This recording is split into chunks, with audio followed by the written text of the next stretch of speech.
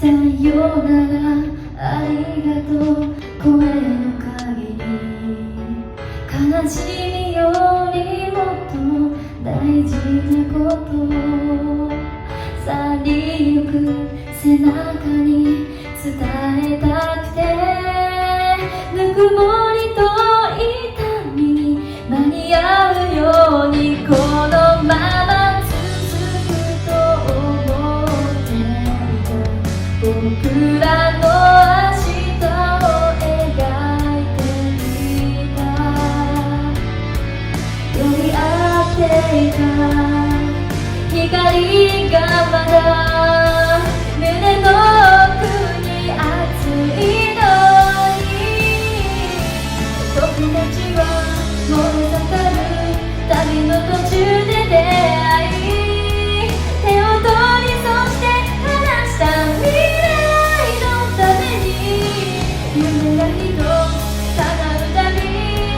僕は君を思うから強くなりたいの願いないな決意を離れて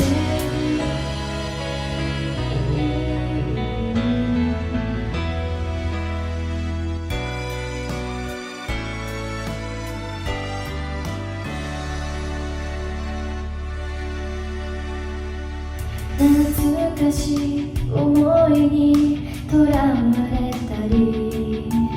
残酷な世界に泣き叫んで